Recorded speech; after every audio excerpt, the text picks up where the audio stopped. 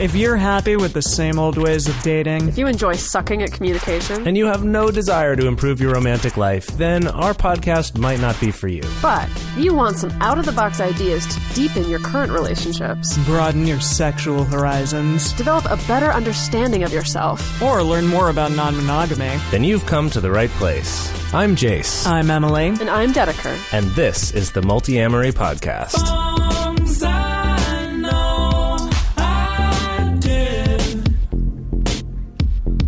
Forcing me to form myself to fit. On this episode of the Multiamory podcast, we have got 99 problems, but 2016 ain't one. Welcome to our 99th episode and our last episode of 2016 Building Bridges. More like 16? more like Is burning that- bridges. Oh, yeah, that's up there. 16. This is the end of 2016, and a lot has happened. There's been a lot of people out there talking about fuck 2016, a lot of anger and upsetness about 2016. There were challenging things Some about challenging 2016. things. A lot of people David dying Bowie in died. 2016, yes. Alan Rickman. Many sad deaths. And Yes. and this is kind of all we're hearing Prince. about right now is this And the negative election. stuff and the election, Yeah. like, right, all this negative stuff about 2016. But what we would like to do is to encourage all of you and ourselves, and we're going to practice what we preach and try to do this for you, is that Yeah. I would bet in most of your lives there were also good things that happened in 2016. There were also good things that happened in the poly community in 2016. And there were good things that happened for multiamory in 2016. So we want to talk about those things and focus on what good happened in 2016, and then in our next episode, which will be our 100th episode, Wow. Yeah, and our first episode of 2017. That's crazy how Yeah. how it's almost like we planned that timing. Except almost we totally did 20 not. Better We did not. Teen. Yeah. No, that didn't work. 20 better teen, 20 we haven't named, We haven't named 20 2017. sexin teen. But we're not there yet, guys. We're not there yet. We need to stay in the present Right. and Okay, talk yes. about 2016, Okay. building bridges more like burning bridges, aka 2016. Okay, so before we tackle 2016, just a couple of announcements first. We have in 2017 the Multiamory West Coast Tour Oh, taking yes. place in February. So that's going to be February 7th through the 15th ish. Yeah. Yeah, it might go a little bit later than that for LA and San Diego, actually. Yeah, so we're going to be coming to various cities along the West Coast. We're coming to San Diego, to Los Angeles, to San Francisco, to Berkeley, to Portland, to Seattle. So if you guys want to know more information about that, check out our events page, multiamory.com/events, to stay up to date with that. Another great way to stay up to date for when tickets do go on sale is to sign up for our newsletter. So if you just go to our website, on our homepage, you can sign up for our newsletter, and then you can get, all the information about the tour as it gets released. And I guess something else that's exciting for this episode is our Christmas present to you. No ads. You're welcome. We'll give you a little break. I know it's in the middle of the holiday season, and You're bombarded with yes, everything. Everything Yes. is advertising, Yes. more so than it even usually is. Yeah. So we'll give you a little break from any advertisements. Yeah, totally. Well, shall we get into... Let's talk about 2016. So let's review the year for Multiamory. Yeah. So, okay. So as far as our numbers go, it's crazy when you look at our analytics and just look at the past year, how much our listener base has grown. Right. It's How much crazy your and guys' wonderful. support and sharing this and writing reviews, spreading the word, how much that's hugely influenced the amount of people downloading our show and getting this information. It's really it's been a really inspiring It's so year for me. inspiring, yeah. Throughout the year, every time we've checked on that stuff, it's just wow, people actually care about this. Yeah, no, Yeah. it's growing at a rapid pace, Yeah, which is fantastic. just to give you a sense of that, in January 2016, at the beginning of this year, we had 3,000 downloads per month or so. And now in November, we're still obviously tallying up the numbers for December, but in Right. November we had 14,000 downloads per month. Right. From 3,000 to 14,000 Yes, in a month. That's so it's super just awesome. been, and obviously we're still a small podcast, but just our listener base is so awesome, and the people that we've connected to in our audience have been so good. Yeah. And it's just really motivated us to keep growing this podcast over the Yeah. past year. What were some other things that happened for Multiamory in 2016? Well, right at the beginning of 2016, 2016 is when we made the Beginner's Guide. Yeah. Which is a page on our site where we try to compile episodes of ours and blog posts and things like that that are specifically helpful to people just starting out in polyamory. All the poly noobs out there. Right. Don't worry, we were that once as well. And Sometimes we still are. Oh yeah, like all the time. Take that advice once in a exactly. while. So that was a fun thing that we created this year, because there were a lot of people who come and are like, shit, you have 99 episodes. Where do I start, right? I'm new to this. So to try to help give a guide of like, oh, if you want stuff about jealousy, look at these ones. If you want things about, scheduling or communication, go here. Or safe sex, go check this out. So that's cool. We what also else? Switched over to the Swing Set Network, which is Cooper S. Beckett's network. Yeah. Thank you again to Dan and Dawn of the Erotic Awakening Yes. Network. Yes, you guys were awesome. But then we switched over to Cooper's network, and are very happy with that family there. Yeah, it's been great. Yeah. We also recently got the blog up and running, for those of you that haven't noticed. After I came back from the deep black hole that is writing a book, I was finally able to crawled out of the I well. crawled out and Yes. escaped, and then finally had energy to write other things. We're super happy about that. We have our guest contributor Walker, who's been writing blogs for us. He's just an amazing writer, and we're so happy to be providing a platform for his words and thoughts. He's also a great friend. And also a great he's guy, lovely. a great guy all around. Yeah. So if you guys haven't checked it out, go to multiamory.com/blog. You can read what's going on there. What else did we do in Patreon. 2016?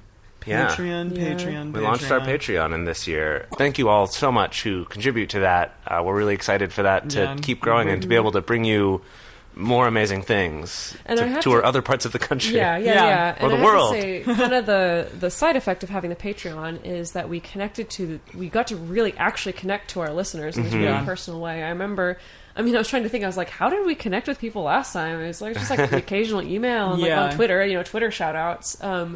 But now, with the Patreon, since it allowed us to create our private Facebook-only discussion group and our monthly video discussion group, that it's really enabled us to actually meet the people that listen to us and actually have a dialogue with them and actually get their feedback on episodes and actually, incorporate the things that they think would be good for our podcast and actually make that happen.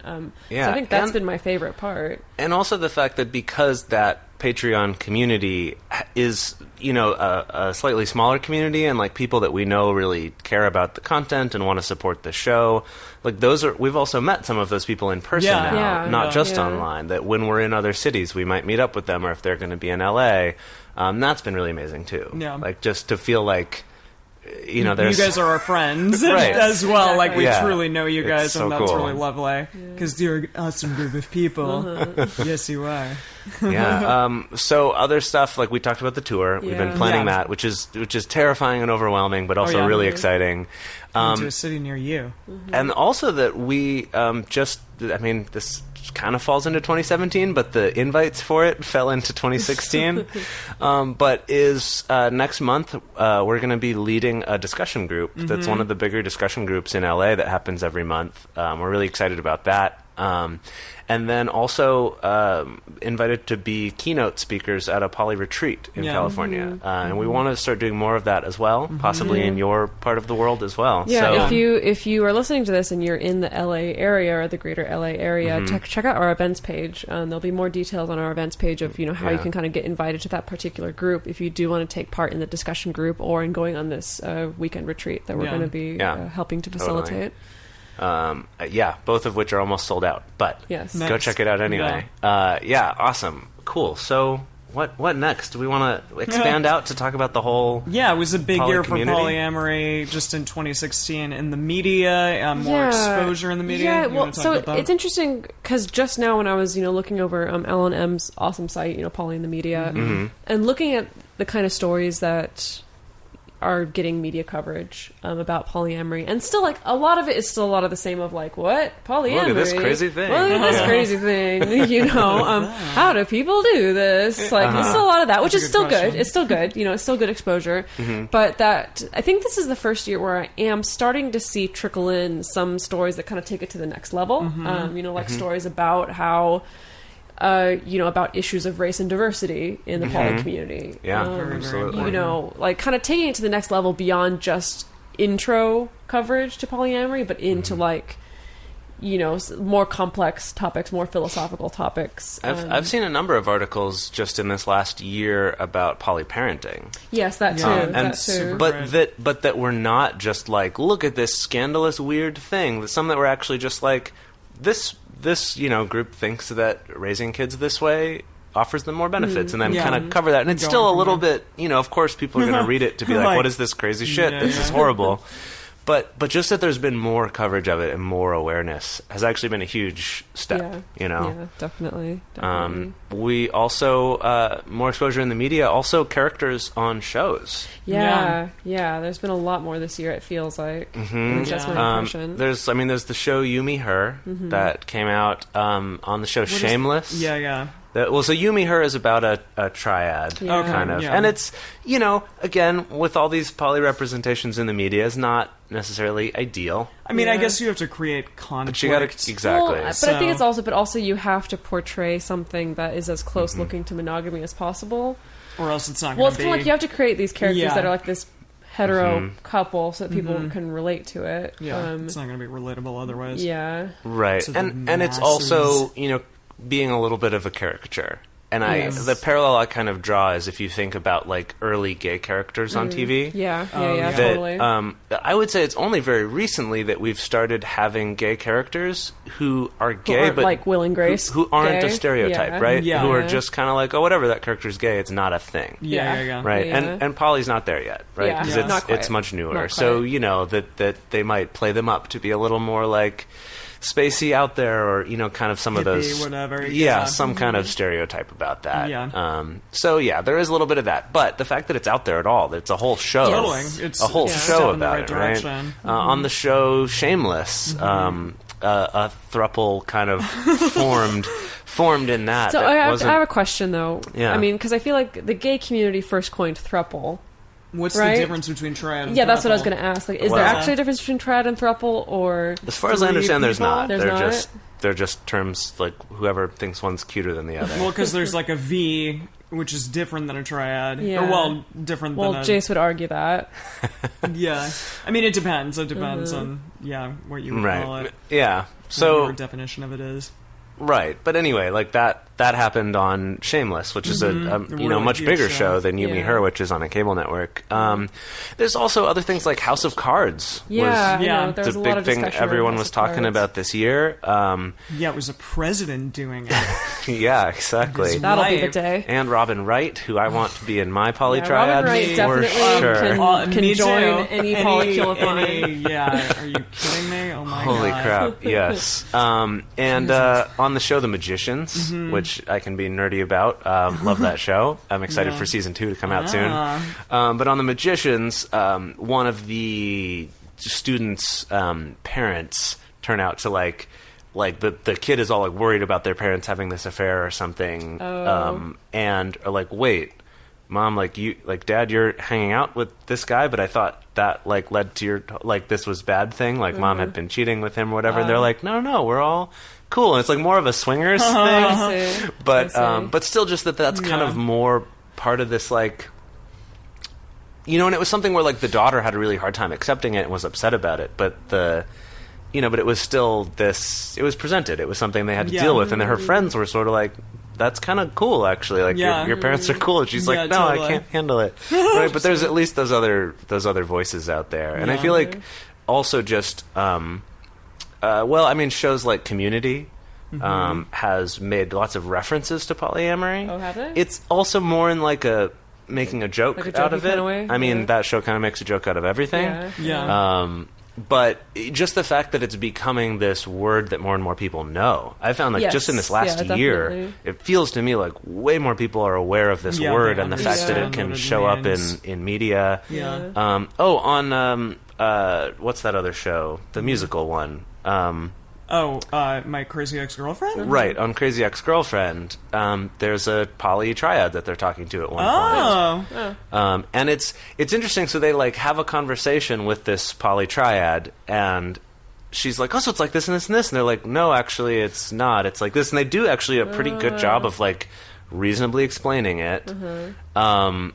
And then she goes off on her whole fantasy of like what it would look like, and it's totally a terrible version of it, but which is kind of her whole character's thing. Do you think that there's going to be this continuing trend of people associating polyamory just with group relationships or just with multi-person relationships rather than multiple dyads, single, I do feel like that is more the trend. Is that so that's my thing, is if polyamory enters the public psyche and it only gets associated with like people who are in triads or quads or something like that, can then we inject multiamory into the public psyche as well to distinguish that multiamory is like an intimate network, not necessarily just specifically a big group relationship. That's goals cool. for 2017. Totally. Where will the media take us next year? Right. I know. Well, also in other news, like with bisexual becoming, that Crazy Ex-Girlfriend also has a bisexual male character. Oh, that's awesome. And that's also a big deal because a lot of shows will have bisexual characters, like Frank Underwood in House of Cards, but they never use the word bisexual. Yeah. But the fact that Crazy Ex-Girlfriend sang a whole song called Getting By about him kind of coming out as this, and it's comedy, so it's silly and funny, but it's a big deal that's becoming more of a common thing. Nice. That's really cool. And that we were just learning that like the best selling stuff in young adult fiction right now is trans. Is like one of the like big niches that are coming up is trans. Yeah, we were just stories. talking with my literary agent. Yeah, was talking about that. Yeah.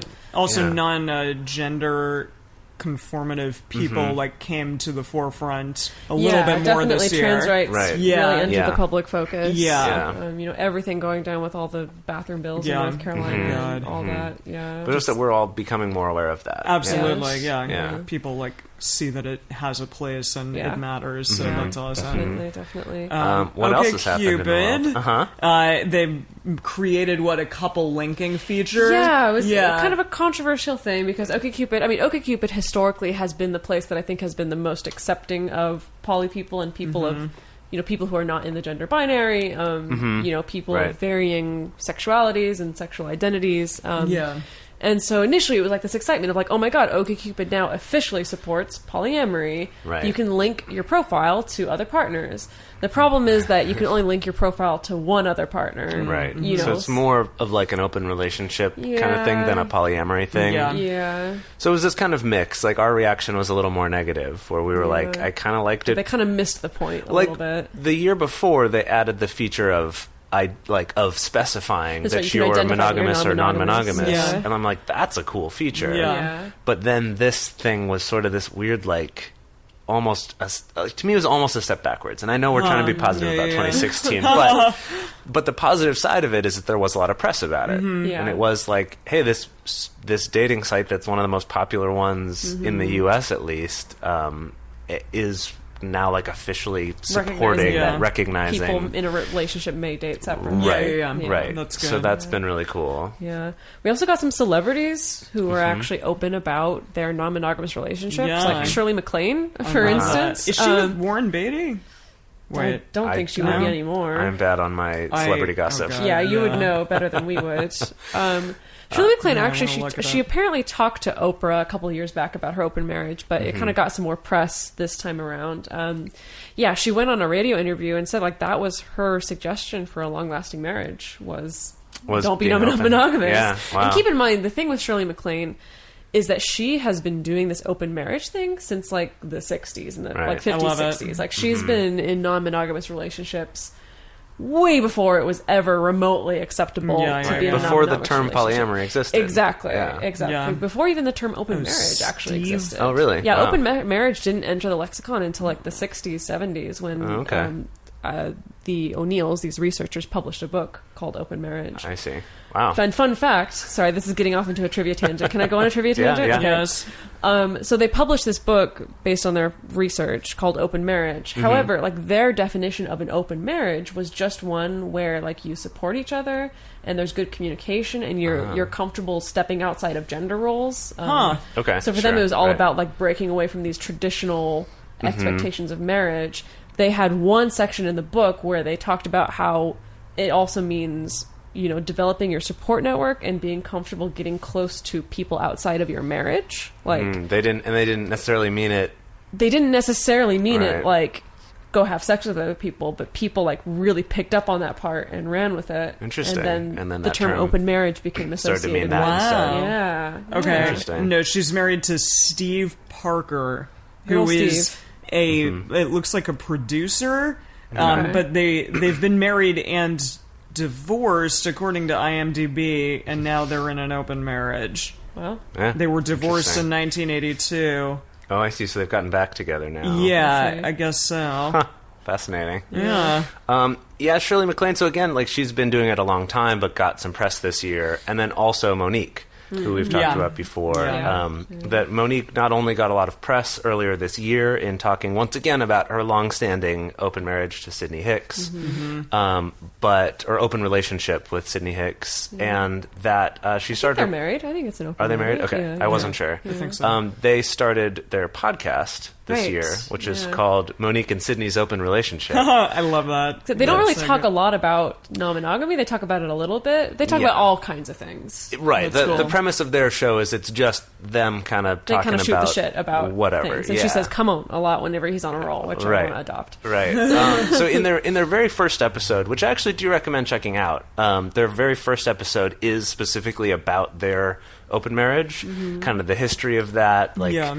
you know, they dispel a lot of those myths, like where the press would say things like, oh, you know, Monique is like allowing herself to be taken advantage of, Like giving by- her husband a free pass to cheat. Oh my right, God. stuff Yeah. like that. Yeah. And Monique on the show being like, you know, people say that because, you know, he's gorgeous and I'm a bigger woman. Like, she's like, but I'm the celebrity. Like, I was the one on tour, like, Right? having any guys I wanted. Yeah, Like, exactly. you know, she's like, this was my idea from the beginning. It's Exactly. so that was a That's really cool amazing. episode to check out. Yeah.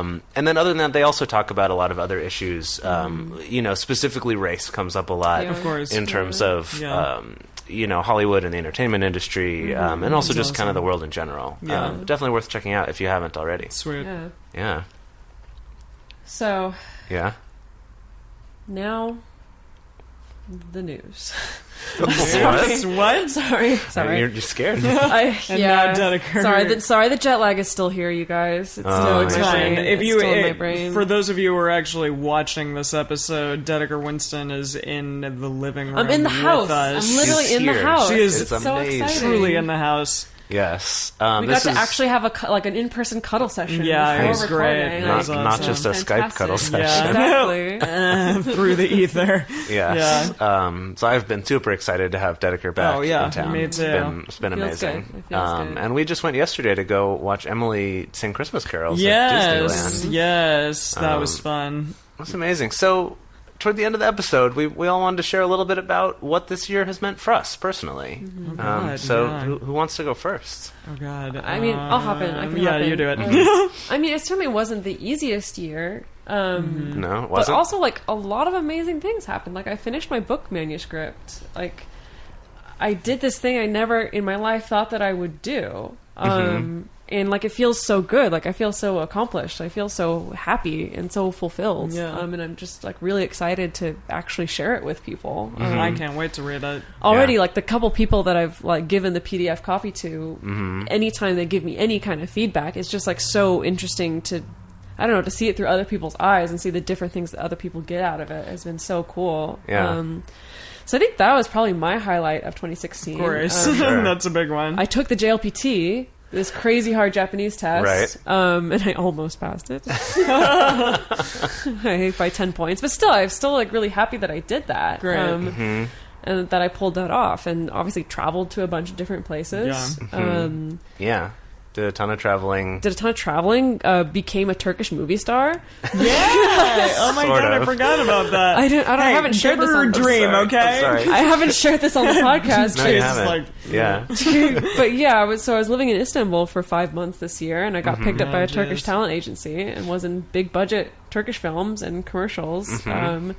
And so I haven't picked up my Turkish movie star name yet, but Oh, God, I see. you got to figure that out. there's a Turkish name, a woman's name Didem, which is probably the closest I can get Oh, to yeah. Dedeker. Didem is Okay. good. Yeah, that's pretty good, I though. like Didem. Yeah, Didem, yeah. yeah. Into it. That's cool. Anyway, Nice. I think those were my main highlights for Sweet. Yeah. 2016. Yeah, it's big. Yeah. What about you guys? Oh God, I can't really like easily follow all of that at all.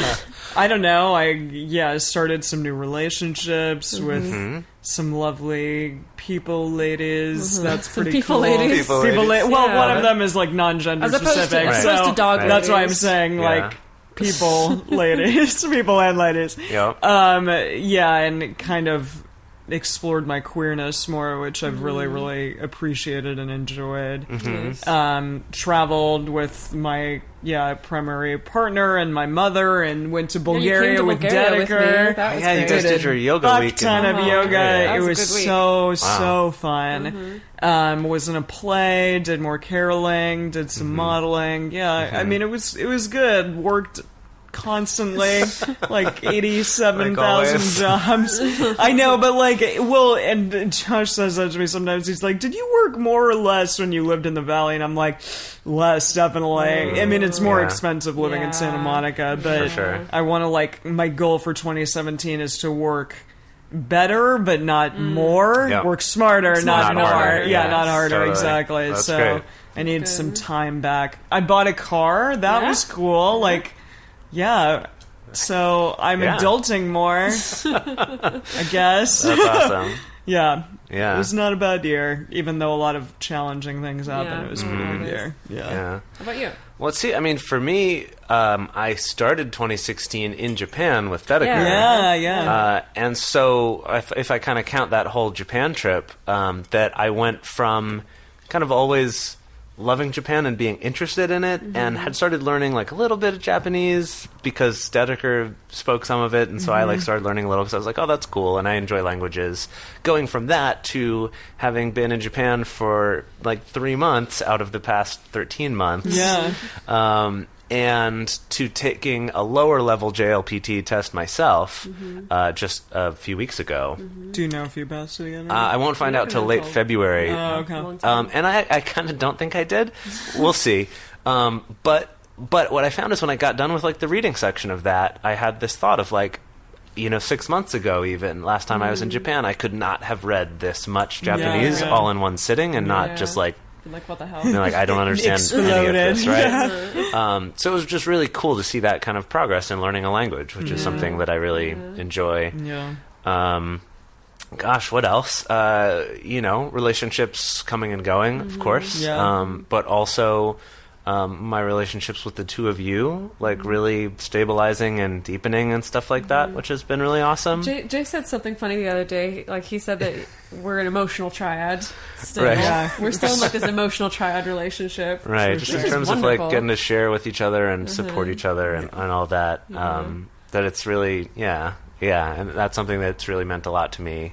And I feel like it's become more and more kind of grounded and stable over time, especially in this last year, which had a lot of changes, right? Involved moving around and traveling and all this.